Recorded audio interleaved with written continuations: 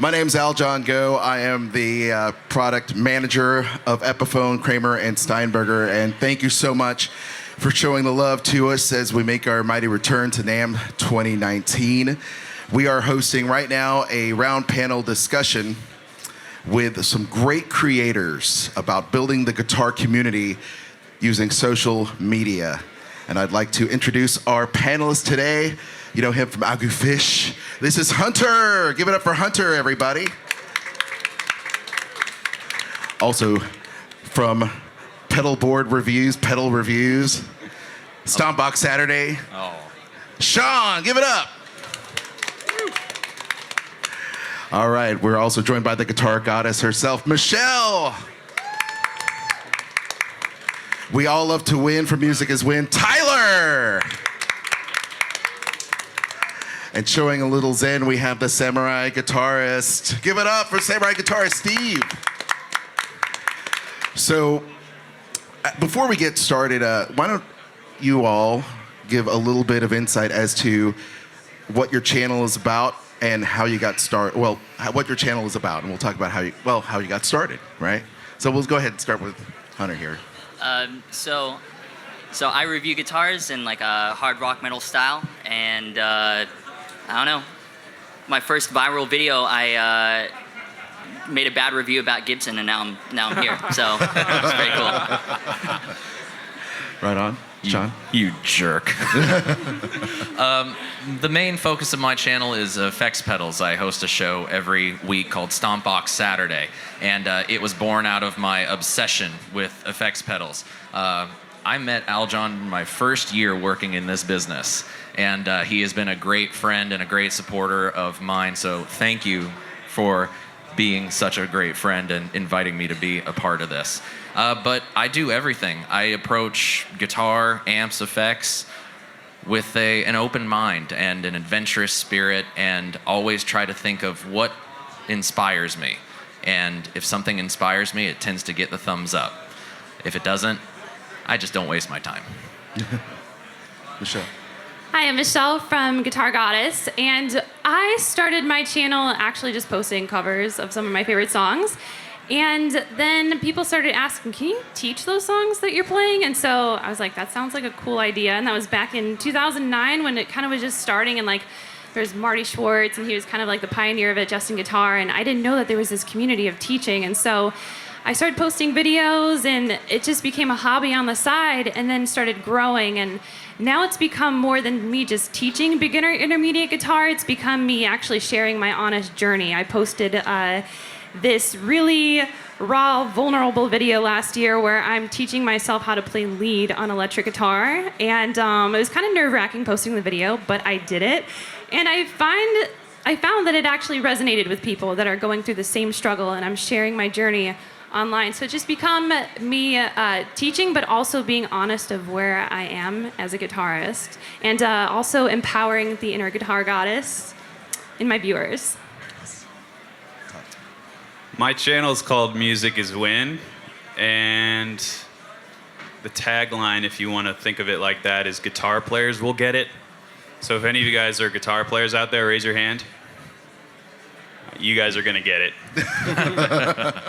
It's just music theory lessons, tips, tricks, and licks. And then the other side of the spectrum, kind of gags, videos that, you know, things that happen in a guitar player's life. You're changing your string. Ah! That really hurt. You guys get that, right? That's about it. Hey guys, my name's Steve. I run a channel called SamuraiGuitarist, and you know, you'd think I'd have a better answer for this question, but I just make videos about guitar stuff. I usually have fun doing it. Sometimes I don't. I try to be positive. Sometimes I'm not. But just guitar-related content. Try to make it good. Sometimes it's not. It usually is. I think one of the things that you all had hit on in describing your channel is being transparent and making sure that you're honest with your the people that follow you. What are some things that, you know, when you're looking at posting that content that you can share in terms of like trying to stay honest, you know, in terms of what your content is? Or is there a moment maybe that you're, like Michelle said about you becoming vulnerable and making yourself vulnerable to your audience, and what are the risks and what are the rewards when it comes to being honest like that? I'm sorry, is that for me? No, that's for anyone. Okay. Take a stab at it, Well, anybody. here's the thing. When I was sitting at my computer and I was right about to hit publish, I had to count down, and I was telling myself, you've built this channel on teaching beginner, intermediate guitar and really more of like rhythm and like finger picking and stuff like that. If you put this video out there, it is going to expose you. And not in a bad way or anything like that, but I was just thinking, are people going to think that I'm a fraud? Are they going to think that I'm actually not, that I shouldn't have the platform that I have? But then I thought, what about the people that need this? What about the people that need the encouragement because they're either in a plateau or they're afraid to take a risk and a challenge? And I thought about those people. And so in that moment, when I hit publish, I took a deep breath. And the comments that came in were so supportive, and it was mind-blowing. And yeah, there's some hater comments out there, but you know what? It was just an outpouring of love and understanding, and just I think there's more reward than there is with risk, like a negative kind of, side that comes to it. It's just a few hater comments, just brush them off. Hunter, how about you? It's all about sorry. Oh, to watch water. That's all right. Oh, party foul. He spilled the his water. Party foul. I got you. I'm new at this. I got you. So basically, people can tell if you're not honest, because social media is different from traditional media, where it's people to people. It's connecting, and that's all it is. You can tell when you have a conversation with somebody if they're not being honest with you. Right. And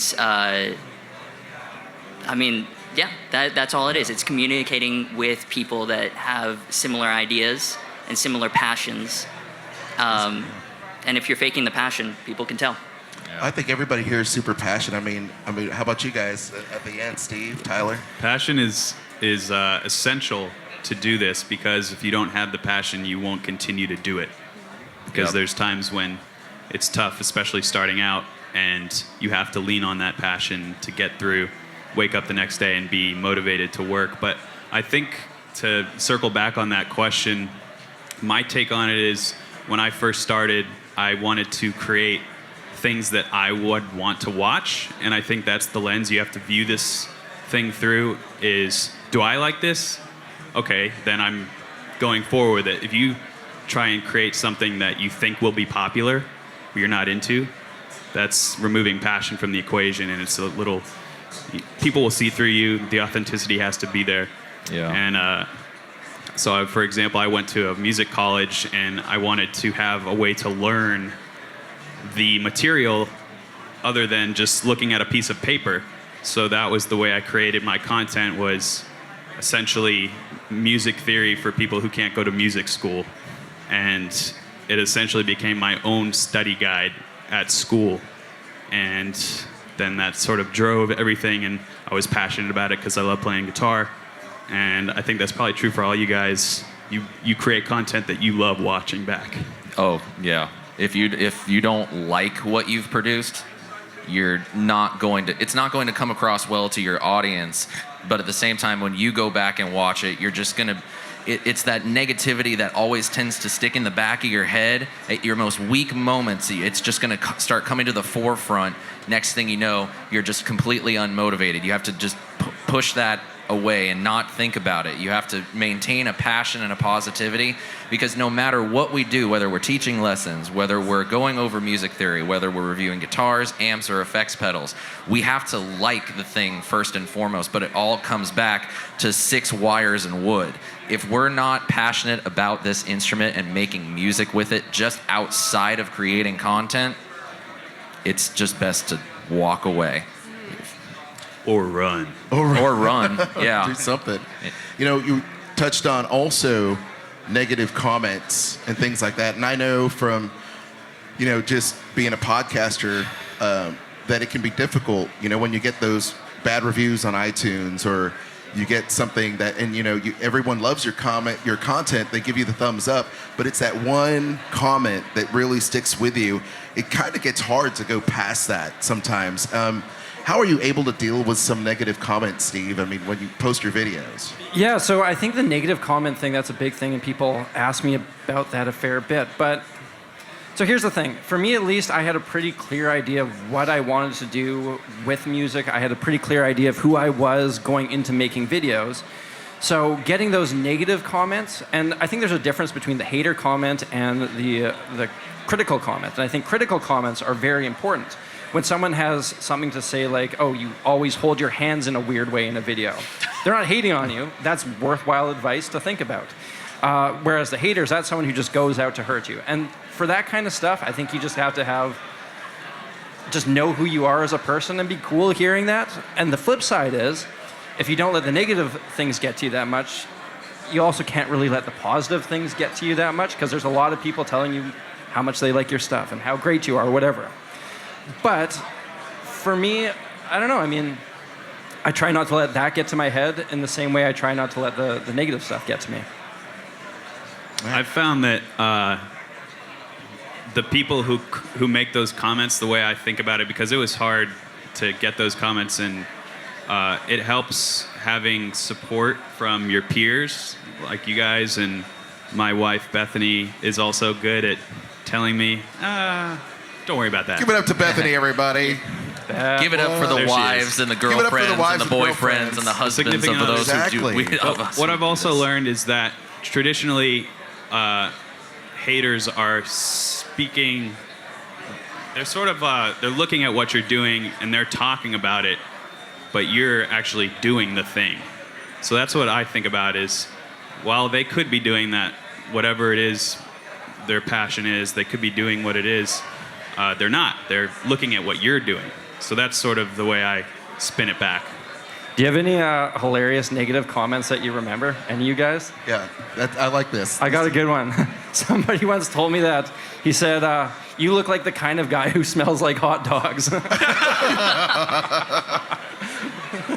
Okay, come on, y'all. Chime in. What are some negative comments you remember? That we can share publicly. Oh, that you could share publicly? Yeah, it's pretty difficult to find ones that are PG. Yeah. Oh, here's another good one. This idiot looks like a wannabe Mulan. Well, I could tell you, for me, posting, I've done a lot of product demos for Gibson and Epiphone over the years, the 14 years I've been at the company. And people love to just rag on me. This guy can't play.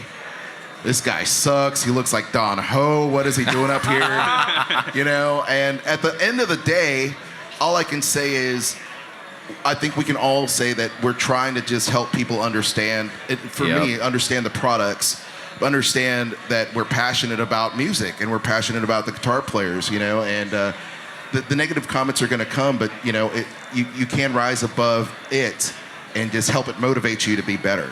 If you don't have negative comments, you aren't doing it right. Yep. Exactly. That's true for anybody. The hate always tends to come with the myriad of different positive comments. For every 10 great comments, there's one negative comment that seems like it'll chop you down right at the knees, and you all your positivity is gone. But you have to remember, there's 10 other positive comments saying this was great, this was fantastic, and that's what keeps you going.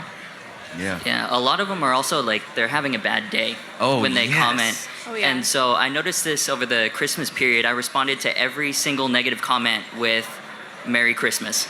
And most of them apologized and deleted their comment. You just respond with positivity. I have a direct story related to a negative comment of somebody had a bad day. Just straight up one of the worst comments I got that entire week. And so I just said, hey man, thanks for watching. I can certainly understand why you didn't particularly like something. The comment came back no less than 5 minutes after I left that comment. Oh, wow, man, I didn't think you'd actually read and respond to this, Exactly. but I'm really sorry. I guess I just hadn't had my coffee this morning, so I'm a bit out of sorts. 2 minutes later, there's a continuation comment of that comment saying he was sorry. I was like, okay, man, just rule number one, don't leave any comments before you have your coffee. Hope you have a nice day. I think it's just to like don't fight fire with fire. Yeah. You know, and I've had the same situation where I reply positively and you actually kind of make them feel bad. And that wasn't the intent. No. You know, but you know, the way that we've experienced it, we know that typically it's somebody that's hurt or having a bad day and maybe they just need a little bit of sunshine in their day, and maybe you actually did something to help them, and that's the way that I try to look at it. I get comments, I get ragged on for having a YouTube channel named Guitar Goddess, and usually it's from people that are just passerbys and they don't really understand the message, that I'm trying to spread. And I'm trying to empower people to feel the inner goddess. Or like, I mean, I have guys that follow my channel too, but I follow your channel. I'm a guy. well, thank you. I appreciate that. Have you embraced your inner goddess? I actually have embraced my inner goddess. I love Fantastic. that. Yes. That's wonderful. Yes, Great thank to you. hear. Thank you. Every for good that. I've man worked needs hard a on it. feminine side. No, I mean, it's important to engage, I think. And when we talk to the people that follow our channels and we engage with them, I know that they don't feel like, oh, this person's not gonna reply back, but it makes them feel so good when you do. It makes me feel good knowing that oh, you know, this product's coming out, or you know, maybe you had a bad experience and this is how we can make it right. Like someone's actually listening to me. And you know, Steve, I can tell that when you engage people, I mean, you just have fun with it. Yes. Are you talking about like in the comments section, or In the comment section, for sure. I mean, engagement, I think, is part of how your channel grows. I mean, if you just simply put it out there and you don't interact with the people that are following you, I mean, the channel doesn't grow. Well, that's the other thing is like that. My understanding is that YouTube likes videos that have a lot of engagement in them, and if you're active in the comment section, then people are more likely to engage. So they like it. It's good for you. Everyone wins. At the end of the day, YouTube still sees a thumbs up and a thumbs down the same way. Right. So it doesn't matter what it is. They just like the engagement. Well, So- I don't see anyone asking to give everybody a thumbs down on their video. Oh, I know somebody who does, but he's trolling everybody that does. So All right, gotcha. That's his Gotcha. shtick. Yeah, I got you. Guys, hit that unsubscribe button. Turn off the notifications. I don't even want you watching. You know, it's funny. We're talking about engagements. We're talking about growing the channel as it grows. As you grow and engage, what are some of the pro tips?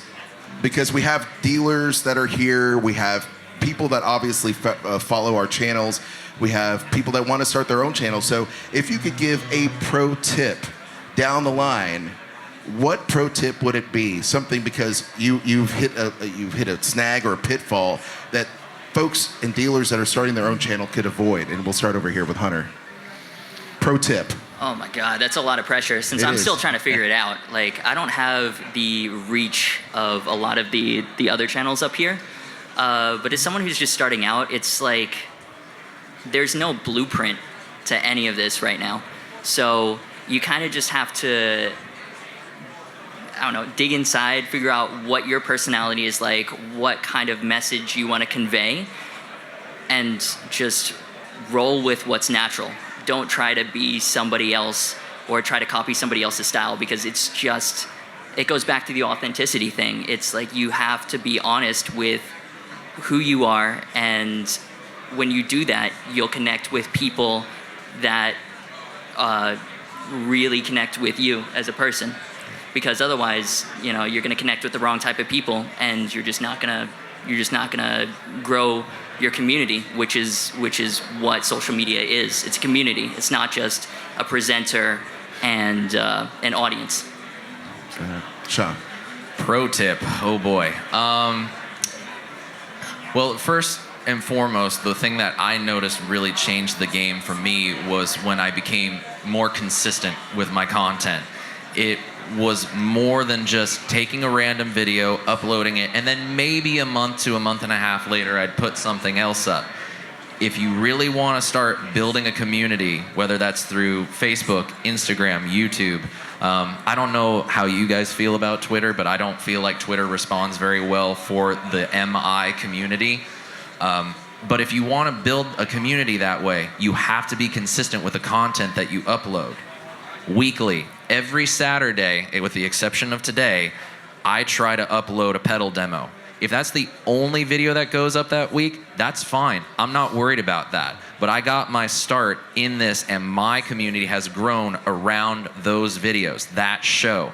That's what the people who follow me are anticipating and wanting to see. So if you're starting out, pick a day or two during the week and a time that you want to upload one video. Tuesday, 10 a.m. Try starting out with that. New music, new movies for home release always tend to come out on Tuesday. Just give it a shot. And if it doesn't work, try something else. There's always going to be experimentation, but you have to get to a point where the consistency, you can maintain it. If you can't maintain consistency, find somebody like us that can help you out. Outsource the creation of your content if you can't make it yourself. We're always open to working with people and willing to talk to you to a point where we can continue to do what we do, but we can help you along the way. I take a ton of reviews that I don't ask the company to pay me any money. Sometimes the company is very kind to me and they will either let me keep the product or they will just send it to me. They send me a small fee, and I'm always happy to work with people and their budgets. But the consistency, as much as the authenticity, is key for me. I love everything you just said. That was amazing. I feel like pro tip, I can't just do like one. I have like small little bullet points. So basically, start out just by making content that you are passionate about, just like what we were talking about earlier, because those long hours that you spend creating, you're gonna push through them because it's something that you're motivated to do. Because this YouTube game, the social media thing, it's not as easy as maybe some make it look out to be. It's just not. There's a lot of work that goes on behind the scenes. And it took me 10 years to get where I am today. Yesterday was my 10-year YouTube anniversary, so it's taken me. That's great. Thank you. This is my 10-year anniversary as well. What? It's crazy. That's awesome. But it's just, it took a long time to get there. It's not an overnight success thing. A lot of times people will see a viral video and think, oh, this person just blew up overnight. That's not the truth. Because that person spent years probably creating content, and then before creating content, they probably took lessons playing guitar or whatever. And so it's all those micro little things that lead up to what we are doing. So there's a lot of time spent in that creation. The other thing is authenticity. Thank you so much. Starting out, I was kind of like in this bubble where I used my telephone voice. So I had a really high voice in my videos. And now I can just sit and film a video and just talk like I'm just in a room just talking to friends and just talk like that. And that's more me. Be your 100% self, because that is what is going to connect with your audience. You are building a relationship with the people who are watching you. They are going to eventually subscribe for you. So first, you kind of need to give some value. Don't look at a video like, what is my return? What is the ROI of this? What am I going to get back? How can you help the people that are watching your content? Think about the viewer. Think about how that is going to help them out, because you're going to give them something that helps them. And then if you put your personality into it, if you are just you, they're going to, these little quirks and things that we might find like sometimes embarrassing about ourselves, maybe the way that we talk with our hands or things like that. People just connect with silly stuff like that. And they like honest quirks and things. And I've found that to be true. And yeah, I would say just, like you said, stay consistent, authenticity, post content that you're passionate about. And I think that's pretty much just hits it on the head right there. Right on.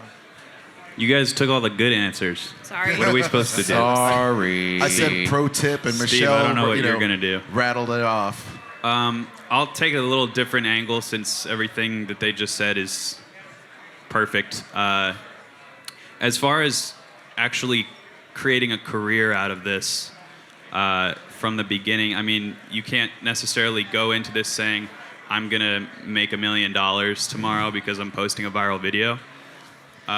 All those analytics aside, building a business as a social media insert noun here is important to recognize your value to brands and dealers and whomever you interact with from a business perspective. you should not necessarily underrate yourself based on what I call vanity metrics.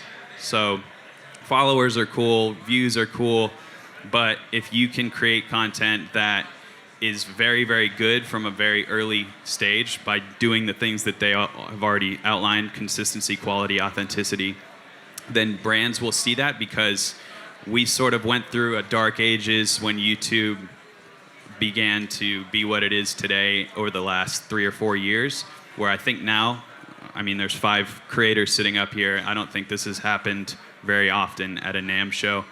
And I don't think it's ever happened. Yeah, so... Give it up for the first time we're having a creator conference right here at NAMM. So that Awesome. recognition of this industry that we're a part of, that we've sort of carved out, is really cool. And I think if you're coming into this business, then you can expect to be treated with respect and as if you are a magazine page. You know, the old days, you buy a magazine ad in Guitar World magazine. That's sort of what we do, but on steroids. And helping brands understand that has been my mission for the last couple of years since I started doing this full time. And it's just going to continue to grow. So understanding your value as a creator and an artist is really key. You're not just somebody in your bedroom.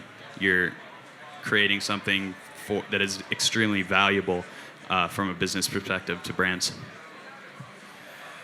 Yeah, a lot of great stuff there. I'm trying to think of what I can add. Here's what I would say. The one thing that I think I see a lot of people not doing is not doing it. Just do it. Just make that thing you want to make, put it into the world. Don't wait until it's perfect, because chances are it's never going to get where you want it to be. Instead of waiting for 7 years and training to make the perfect masterpiece, just put it out there and then learn from that and then do the next thing. Just make it happen. Yeah, I mean, that's a great point. I mean, everyone waits. It's like, it's got to be perfect. I've got to learn more. Just Don't do wait. it. The first step is always making that first step, making that leap of faith. That was my mistake, was waiting. Yeah. When I started my channel 10 years ago, I uploaded 2 videos for a total of 3 years. And it wasn't until 5 years ago when I just said, no more. I like doing this. And that's where the consistency came in, that I finally got somewhere. Yeah. We touched on a lot of things, so much stuff to unpack, and luckily we're recording this. But the other thing is passion. We talk a lot about passion and being passionate people, whether you're a musician or you're another brand, you know, trying to establish yourself, or a company that's trying to establish itself. How do you keep the passion alive? Sometimes the grind, being consistent, being authentic, takes a toll. So what motivates you every day to keep that passion burning? We'll start the reverse way, with Steve. To be honest, I don't really like music. I just like the hours. But honestly, I think it evolves over time. For me, the first thing that motivated me was I wanted to make a career doing this, and so that pushed me to do it. And then for a while, it was I wanted to maintain this thing that I'd created. And then now it's just, I've tried to really hone it so that I enjoy everything I do. And there are days when I definitely don't. But for the most part, just making sure that whatever I create I like has been so far a great motivator for me. I think the answer, or one of the answers, is being versatile in the content you create. So if I'm creating a music theory lesson and I'm just not feeling it for whatever reason, I have the ability to pivot, and I've developed this by what I think both of you guys said, just having the ability to pivot from one thing to the next and doing 2 different types of content, 3 different types of content. So if I'm not feeling the music theory or a lick video, then maybe I'll make a guitar joke video. And that's something that I would want to watch. So I would say something like, how do you tell the drum riser is level? And then the answer would be, because the drool is coming evenly out of both sides of the drummer's mouth. Oh, I'll be here all week. Or like, what did the bass player get on his IQ test? Drool. But That bass players. And All right. one for the guitar players. How do you make a guitar player's car more aerodynamic. You knock the Domino's sign off the top of the vehicle. Oh. Yeah. And then back to the music theory. I'm sorry, what was the question again? It was passion, how to keep Yeah, the passion how do you alive? fuel your passion? Honestly, just kind of what we were just talking about earlier, just making content that you love. So I do a lot of song tutorials, and I found that I need to teach songs that I love, but I'm also very cognizant of what my audience wants to learn as well. But because I've built my community over so many years, we have very similar tastes in music, but I've been wanting to branch out and try some like Foo Fighters and stuff like that, because I do a lot of like Taylor Swift and stuff like that, pop songs. But I have a love for rock music, and I want to share that, and so that's kind of like a different variety of content already right there. And I've been really branching off and just trying different content. Like I've been vlogging more, because a lot of people on YouTube are being open and vlogging, and it's been making the whole content creation process so much easier. And I just share a lot of kind of the behind the scenes of what I'm doing when a guitar comes in, or when I'm unboxing something, and people actually enjoy seeing that stuff, and I've come to find. So, and it's fun sharing something like that, and it keeps it personable and keeps that authenticity. So, and I just find that that fuels my passion. Nice. For me, there's a few things that keep the passion alive to do it. First and foremost is a lot of the riffs and a lot of the chord progressions and licks that I play in my demos all come from songs I wrote. I write music and songs constantly. I'm in a band. We record. I mix the songs. I master them. That's part of the music, and writing songs is what got me into playing in the first place. So I need to keep doing that. That's what keeps me connected to this instrument, because it gets very monotonous to play certain things for a demo over and over again, so you get the good take. The other thing, and this may sound a little bit like brown nosing, but it's true, is the lady standing behind the cameras right there. My wife is my biggest cheerleader. She is also the best thing that I could ask for in terms of being a producer. Give it up for that. Please give her a round of applause. I love you dearly. Tonight is your night, bro. She's Tonight not is afraid your to, night, bro. Yeah. She's not afraid to tell me when I suck, and I like that. And when we woke up very early today to get to here, and she did not want to get out of bed. I did not want to wake up either, because I am tired from this weekend. But we are here, and she is helping me create content for the channel because she supports me, and I can't ask for a better partner to navigate the world with. So that's those are the reasons that I keep the passion alive. You're such a softie. I am. Who would have thought? Well, I think it also comes from another person that keeps me going, and that's my teenage sister. She's 15 now, and I feel like she needs a good example coming from her big brother, so I have to be a good example for her. I have a soft side because of that kid. Very nice. Very nice. Hunter. Yeah, content creation is hard because there's a lot of things that happen behind the scenes that kind of burn you out. You have to make sure that like the titles are right, description's right. A lot of emails back and forth with companies, making sure that you've got like the right things set up for that week. So keeping that consistency, which is important to grow your channel, is it sometimes comes at odds with the passion. So the way that I've structured it is, well, passion comes from like two places. One, for myself, I got into this because like I love to write songs, and I get to play with a new guitar every week, which is, I mean, you know, getting a new Epiphone every week, it's not bad. What? Do you mind if I actually just kind of add one more thing that I think everyone on the stage can agree with?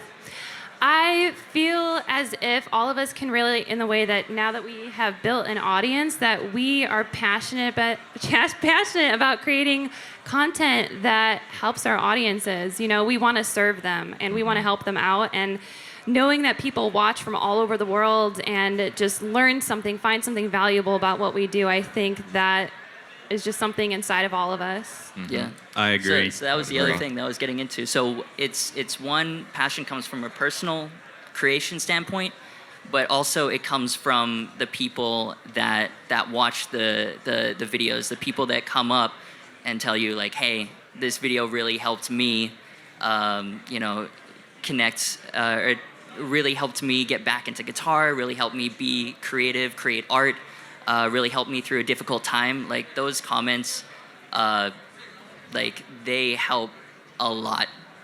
A lot. Well, we have an opportunity for members of our audience to ask our creator panel some questions. So get your questions ready. If you have a question, just come on up and feel free to ask a question. In the meantime, I want to ask the panel, what band is your favorite band of all time? Oh, come on. If you had one band of all time, and I'll start. Well, I'll start first. Cheap Trick. They're my favorite band of all time. So I love Cheap Trick so much. I told Rick Nielsen this several times, but I basically stole everything from him. And he says, "You better get a new role model."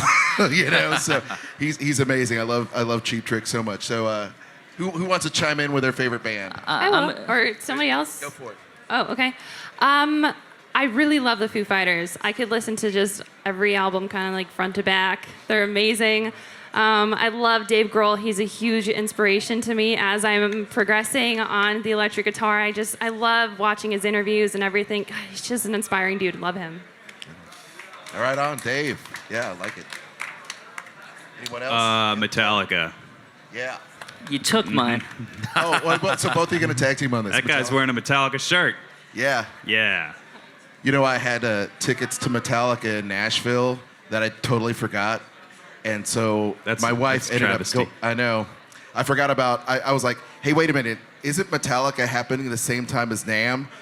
And I was like, oh my God, I can't believe it. I got VIP tickets, so my friend and my wife went, and they showed me pictures of it while I was at a dealer meeting. I was like, cool. You got to be kidding me. You went VIP. I got VIP, but it's like I couldn't make the concert. Yeah, that's what you want to see when you're in the middle of a dealer meeting. Yeah, I know. It was all good. So, okay, Metallica for you, Hunter?